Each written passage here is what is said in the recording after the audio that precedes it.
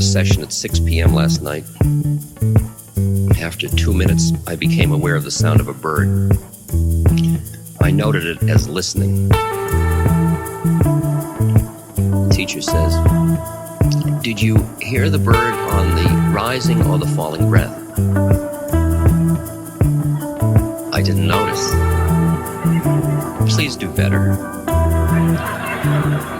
And then as you're leaving, "Did you awaken this morning on a rising breath or a falling breath?" I didn't notice. You'll do better.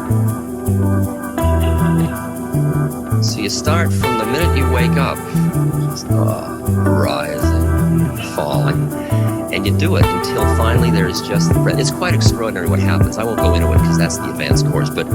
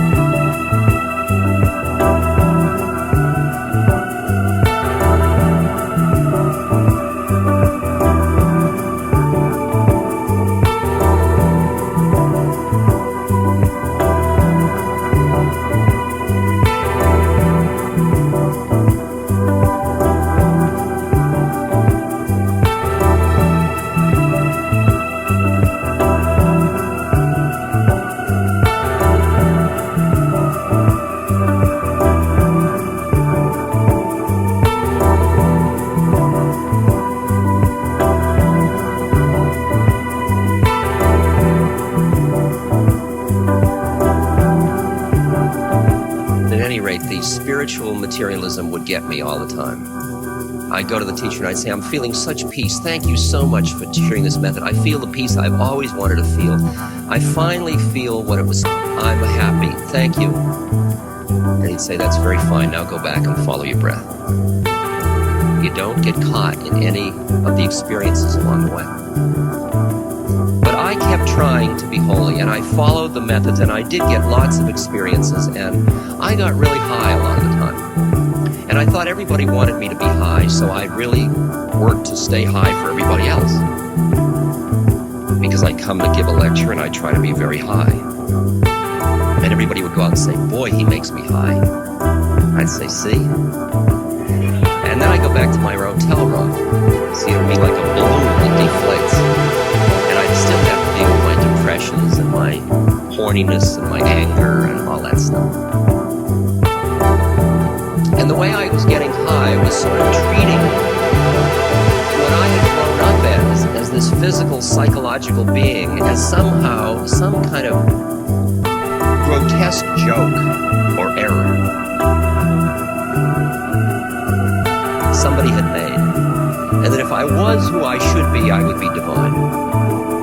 And that this was really not who I really was.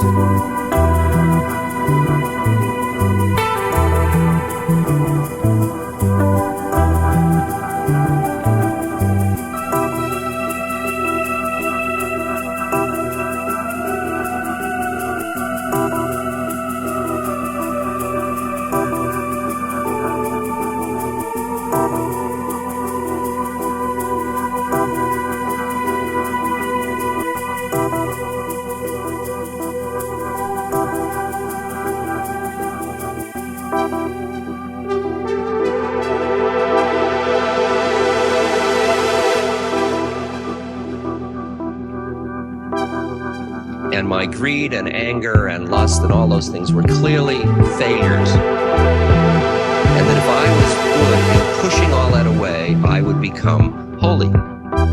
This was the model I was working on. So, if lust is going to catch me in seeing people as objects, I better not have lust. So I started to become what's known as a horny celibate. See, you don't think about sex. So you're busy not thinking about sex.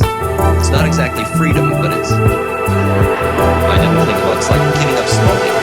I haven't smoked in 4 years, 2 months, 32 days, and 1 hour. You're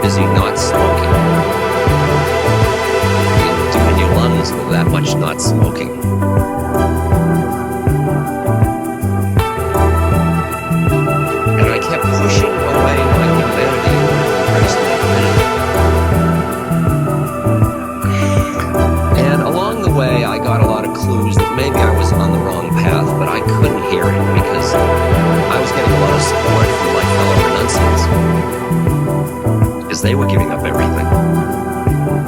And look at my guru, who only had a cracked pot. But see, he wasn't giving up a credit card to have a cracked pot. All he had was a cracked pot. That's all he seemed to want, was a cracked pot. Like Ramana Maharshi, the great Indian saint, he said, I didn't eat. They said I was fasting.